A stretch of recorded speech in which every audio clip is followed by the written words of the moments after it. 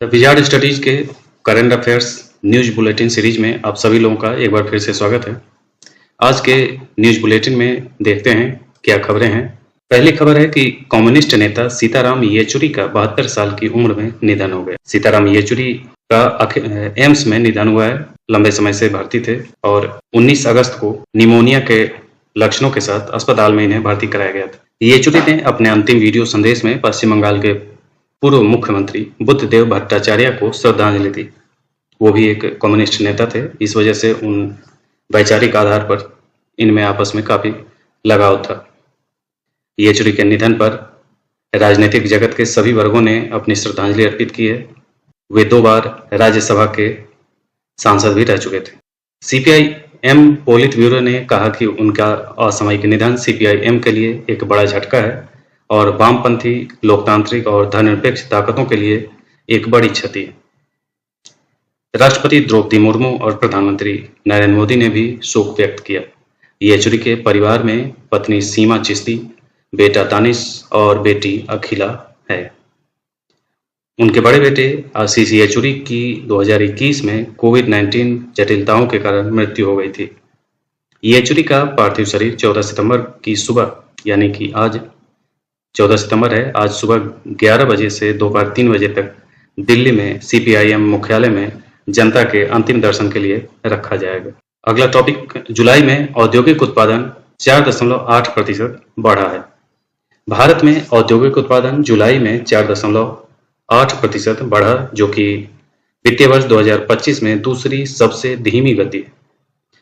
यह जून में 4.7% के उन्नत वृद्धि के बाद आया है।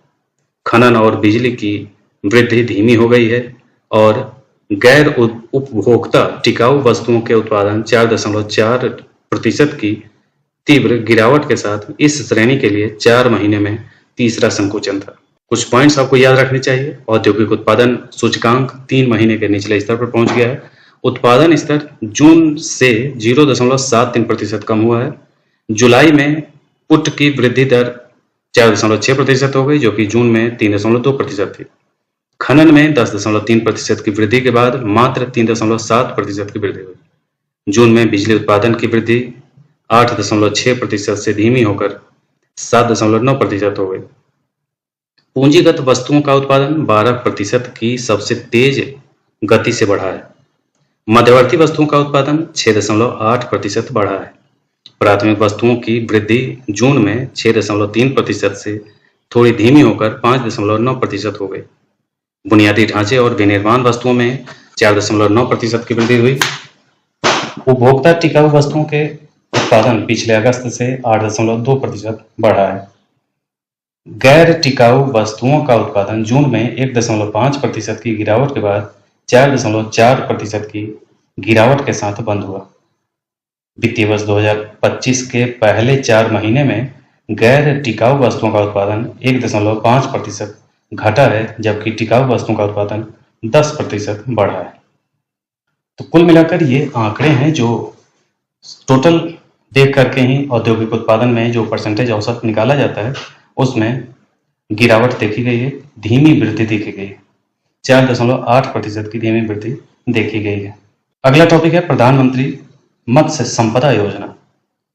प्रधानमंत्री मत्स्य संपदा योजना को मछली उत्पादन और उत्पादकता, गुणवत्ता, प्रौद्योगिकी, कटाई के बाद की बुनियादी ढांचे और प्रबंधन, मूल्य श्रृंखला के आधुनिकीकरण और सुदृढ़ीकरण, पता लगाने की क्षमता, एक मजबूत मत्स्य प्रबंधन ढांचे की स्थापना और मछुआरों के कल्याण में महत्वपूर्ण अंतराल को दूर करने के लिए डिजाइन किया गया है।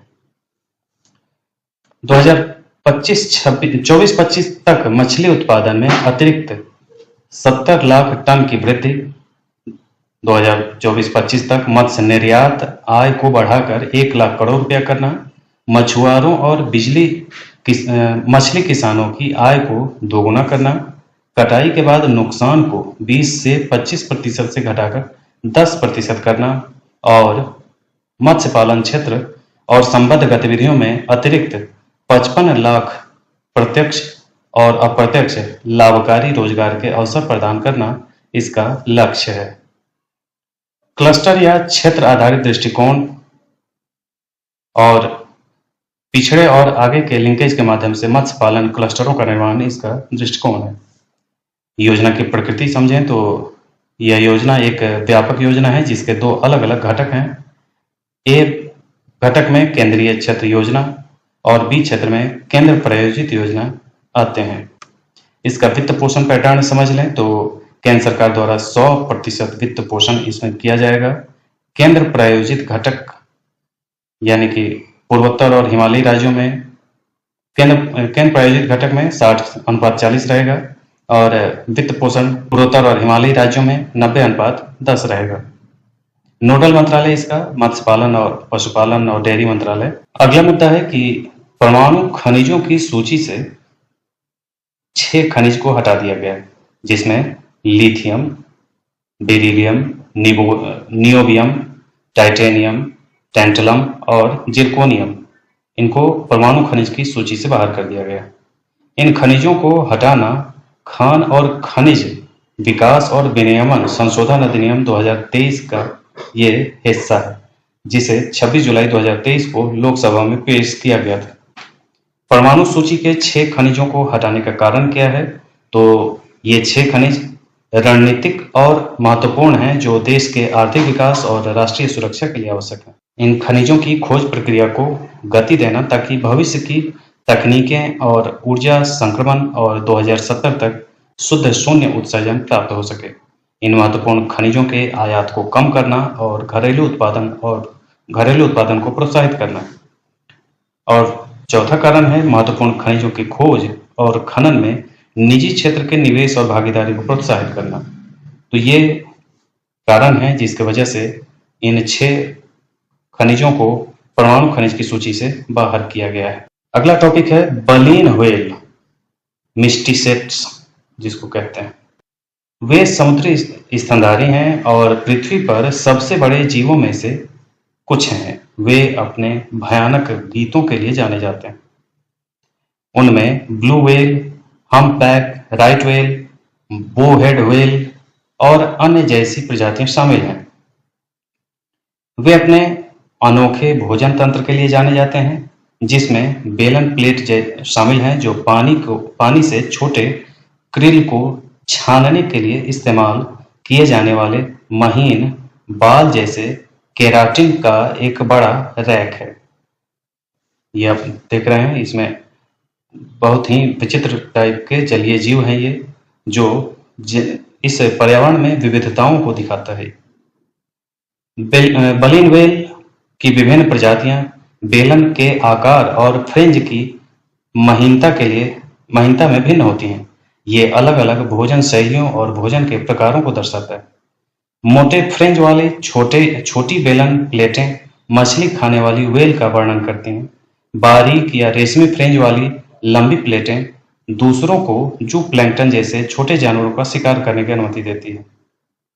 यानी कि इनके भोजन के टाइप्स भी अलग अलग हैं।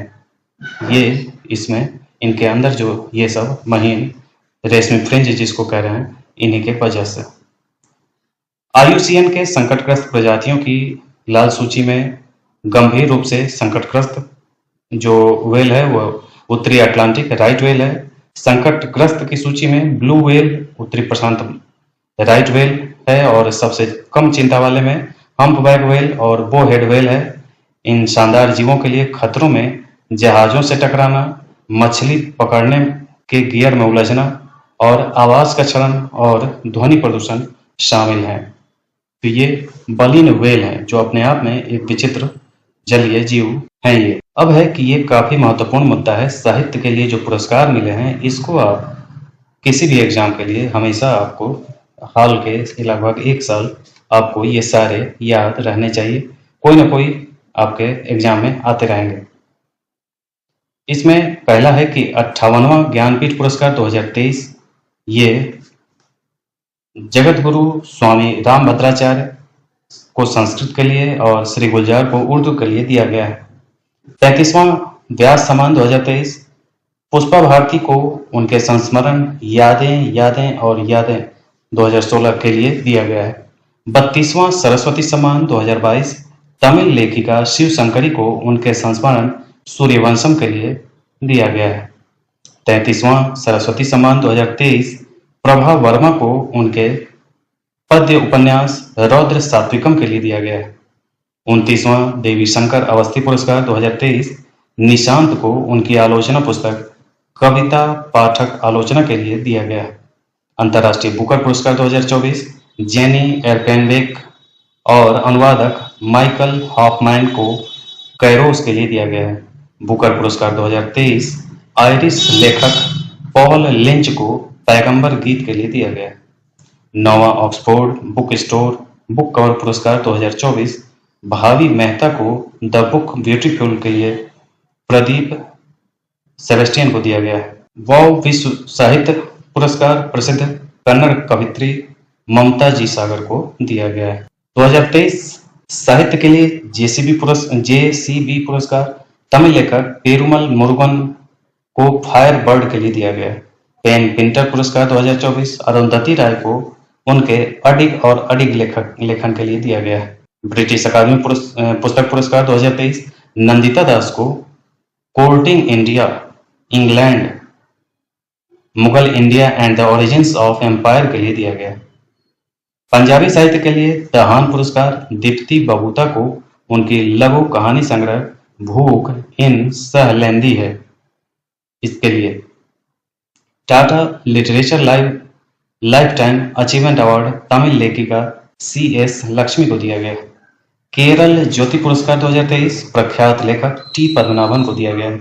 साहित्य अकादमी की प्रेमचंद फेलोशिप भूटानी लेखक शेरिंग ताशी को दिया गया। रविन्द्रनाथ टैगोर साहित्य पुरस्कार सुकृता पॉल कुमार को नमक और काली मिर्च चयनित कविताएं के लिए दिया गया है। और डॉक्टर C नारायण रेड्डी राष्ट्रीय साहित्य पुरस्कार शिव शंकरी को दिया गया है। शिखर सम्मेलन है जो आपको जानने चाहिए कि कहाँ होना है और कुछ हो चुके हैं और उनकी थीम क्या है। 2024 का ब्रिक्स शिखर सम्मेलन कजान में, जिसकी थीम न्याय संगत वैश्विक विकास और सुरक्षा के उद्देश्यों के लिए बहुपक्षवाद को मजबूत करना, ये थीम है।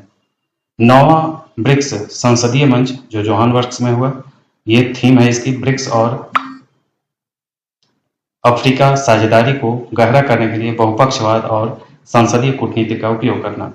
50वां शिखर सम्मेलन G7 शिखर सम्मेलन इटली में हुआ। संघाई सहयोग संगठन का 24वां शिखर सम्मेलन अस्ताना में हुआ कजाकिस्तान में। संयुक्त राष्ट्र महासभा का 78वां सत्र न्यूयॉर्क शहर में USA में हो रहा है और थीम इसकी काफी लंबी है, विश्वास और पुनर्निर्माण और वैश्विक एकजुटता को फिर से जगाना, 2030 एजेंडा और वैश्विक अर्थव्यवस्था पर कार्रवाई में तेजी लाना, सभी के लिए शांति, समृद्धि, प्रगति, स्थिरता की दिशा में अपने सतत विकास लक्ष्यों को प्राप्त करना, ये पूरी थीम है।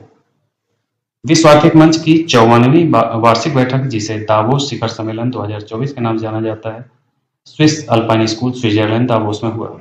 इसकी थीम विश्वास और पुनर्निर्माण है। इसके बाद है कि पहला WHO पारंपरिक चिकित्सा वैश्विक शिखर सम्मेलन 2023, ये गुजरात में हुआ। विश्व जलवायु शिखर सम्मेलन COP28 दुबई में।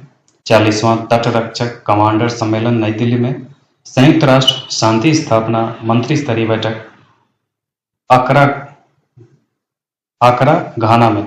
इंटरपोल महासभा की 91वीं बैठक वियना में। 11वां विश्व सरकार शिखर सम्मेलन GWS दुबई में UAE में, जिसका थीम था भविष्य की सरकारों को आकार देना। अगला विश्व स्वास्थ्य शिखर सम्मेलन 2023 बर्लिन जर्मनी में। थीम है वैश्विक स्वास्थ्य कार्रवाई के लिए एक निर्णायक वर्ष। AI सुरक्षा शिखर सम्मेलन 2023 यूनाइटेड किंगडम में, जिसका थीम है ऑल फॉर गुड। 26वीं विश्व ऊर्जा कांग्रेस रॉटरडम नीदरलैंड में। थीम इसकी लोगों और ग्रह के लिए ऊर्जा को फिर से डिजाइन करना। 3री विश्व हिंदू कांग्रेस 2023 थाईलैंड में।